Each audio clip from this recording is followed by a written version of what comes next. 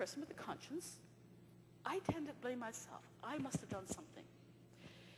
When you meet a sociopath or an aggressive bully like that, very often you'll get this show of anger. You've done something terrible. You've done something wrong. You're no good. I'm angry at you. You've let me down. Well, if they can't say what it was specifically, then your antenna should be standing up. If they cannot answer the question, what did I do wrong, but keep attacking, I don't want to hear any more of this. I'm fed up with you. If they can't answer your question, you haven't done anything wrong. You're under attack. But people who have consciences will tend to say, I must have done something wrong. So I will try harder to please. I will show my boss I'm a good employee. I will overachieve. I'll stay late. I'll double my shifts. I'll show what a good employee I am. But in the case of a sociopath or a bully of any other kind, even people who have learned bullying, because they are threatened by your competence, because your very competence makes them feel insecure and lacking in control. If you increase your output, increase your competence, show how dedicated you are, how committed you are to doing a good job, they feel more threatened. The attack will increase. It will intensify. And so the person, poor soul, tries harder and harder and harder and burns out or develops stress-related problems. And all the time, you never can pin them down to tell you what it is that's wrong. But because people tend to take on themselves responsibility for the bizarre behavior, I must have done something, it is very difficult to actually stop and think and hold up a mirror to yourself and say, whoa, I am starting to show signs of stress. As medical professionals, you're trained to recognize the signs of illness and stress in your patients. But sometimes you have to hold that mirror up to yourself. In the workplace, where you're going, there's all these demands and things that had to be done yesterday and things that just can't be put off, it is easy to lose track of that perspective. And you just get sucked deeper and deeper and deeper into this morass of overachievement and trying to prove yourself with someone who wants to get you out of your job, who's trying to get rid of you.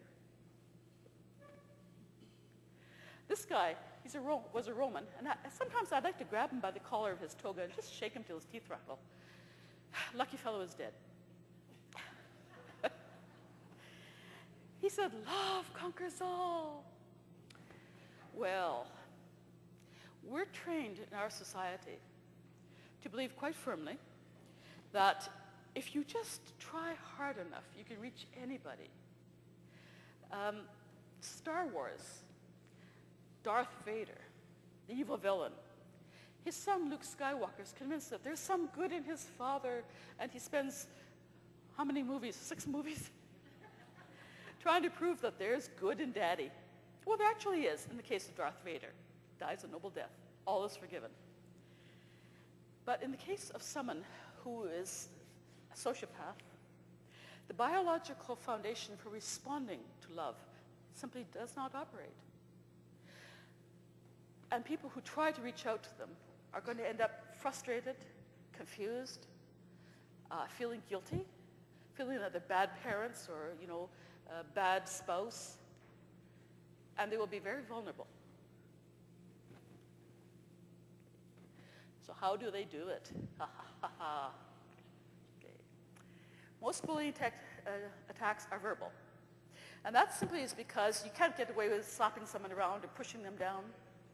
Bullies learn their art in the school ground. If you beat up another kid, you get detention, sent home, people are angry with you, you don't get your allowance. In the workplace, however, you can usually get away with a bit of psychological and emotional abuse, especially behind closed doors where there's no witnesses. So the attacks mostly are verbal. Definitely people are kept isolated. This is one of the greatest dangers of workplace bullying. Every person feels that it's just me. We are all working in, or have worked in, thank God I'm not there anymore, in workplaces that are very competitive. You have to prove yourself. You have to meet your performance, requirements. You have to make sure that everything's done right. There's a lot of stress and pressure to be good. And nobody wants to meet a colleague who's coming in going, I had a fight with my husband. Okay, you might be sympathetic to this person, but there is a strong pressure that no matter how you feel emotionally, you come into work, you're in charge, yes, ready to go. Because of this pressure to always look like you're on top of things, that you're good to go, when someone is being attacked by a bully, they feel terribly, terribly isolated. It's just me. They close in. They want to hide it. Whoops. Your ears okay? In fact, the bully is probably attacking other people in the organization. And I learned to very discreetly keep my ears open. For example, I might see a colleague coming out of the bully's office in tears. And I would say, has he been pushing you around? Has he been bullying you? The colleague would almost always say, no, everything's fine. I just have something in my eye. But it wasn't too long before the number of occurrences related to that one manager made it clear that he was attacking a number of people. But they will try so hard to make each person think it's just me. Bullying, because it takes place over time, slowly grinds down the ability to resist. And you can reach a point in a bullying attack where you spend most of your time coming to work to protect your job, and you don't actually get your job done. And the way that they do this, the most important way they do this, and this is what Heinz Lehmann identified, is a tactic called mobbing. Has anyone heard of mobbing? Nope. Here's his short summary of what it means to scientists.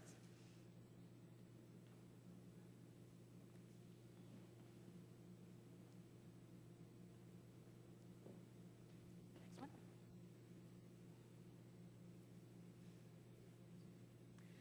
This is a peculiar kind of way of attacking someone, but it's very, very effective, very, very dangerous. If you don't know what's happening, if you don't see the signs, from the bully's point of view, it can be very effective. From the target's point of view, extremely destructive. It starts small, it grows like wildfire. Coworkers, good moral people, people who respect each other, admire each other, are co-opted and become tools. Isolation, stigmatization follow. And finally, the target is given the blame for the abuse. And I have 3 volunteers here who are going to help me mob somebody.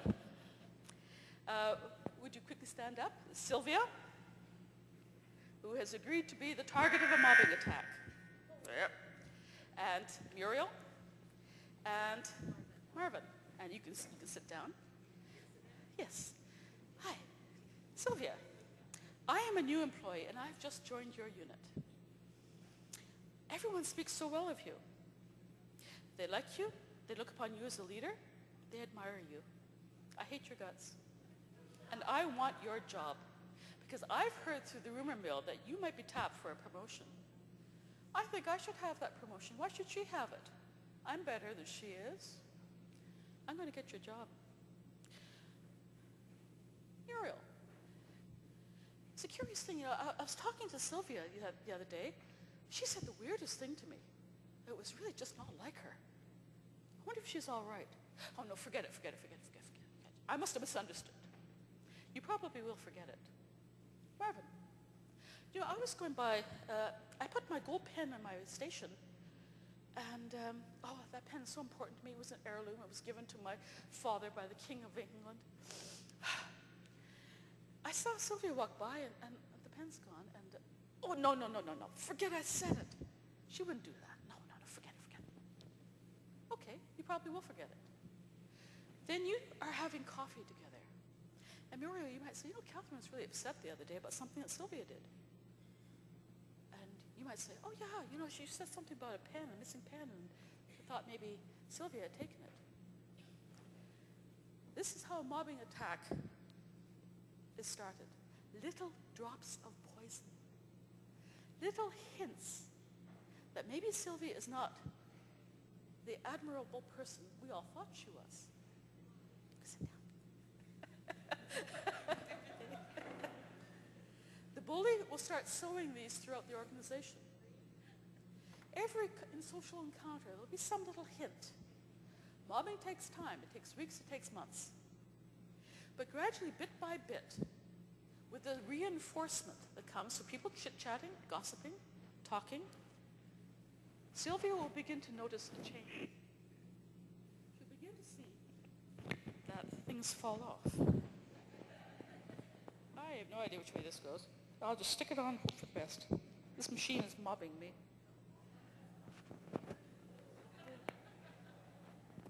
Thank you.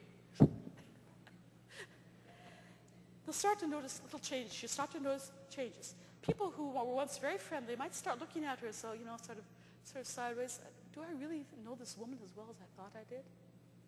She might find she's getting left off invitations to coffee, lunch, social group events.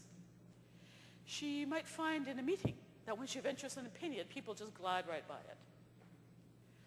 Her supervisor, who used to be so friendly, is now giving her cool looks. Do not underestimate how insidious and how contagious mobbing is. A psychologist told me once, oh, by the way, Sylvia is a wonderful employee, an excellent person. A psychologist told me once that we humans have an innate terror of being expelled from our social group.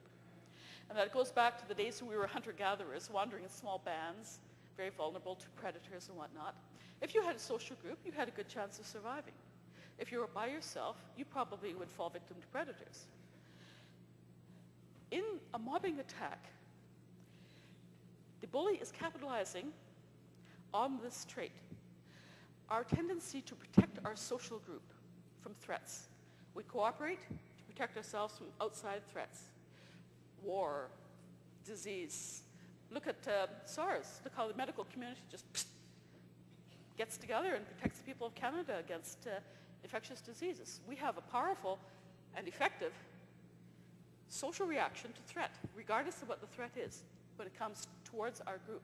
But we also have an equally powerful urge to protect the group from a threat that's inside it. Sylvia is now being positioned as a threat to the group. And bit by bit, she will find herself being pushed outside. The horrible thing is that she won't have a clue why it's happening. She will be aware that something is changing, but she won't know why it's happening. As the mobbing attack acquires momentum, things will begin to be escalated. Your work might be sabotaged. Your reports might be mysteriously lost. You get passed over for that promotion. You don't know why. Nobody will tell you why.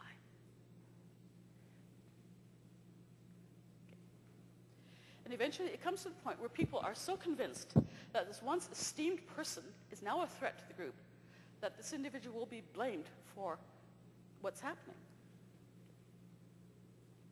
This is just a very small sample of the kind of behaviors. And if they look and feel a bit familiar, it's because we have all been involved in a mobbing attack in one way or another, either as the targets or as involuntarily co-opted to participate. In my, not last, third, fourth position, one young officer was being mobbed out. And one of the managers used to say to her staff, "Don't associate with him, it won't do your career any good." Well, that was, the poor guy, he just cracked up. He was just totally isolated. And people were either terrified of offending by being contaminated by association, or they bought into it. Well, if everybody's against him,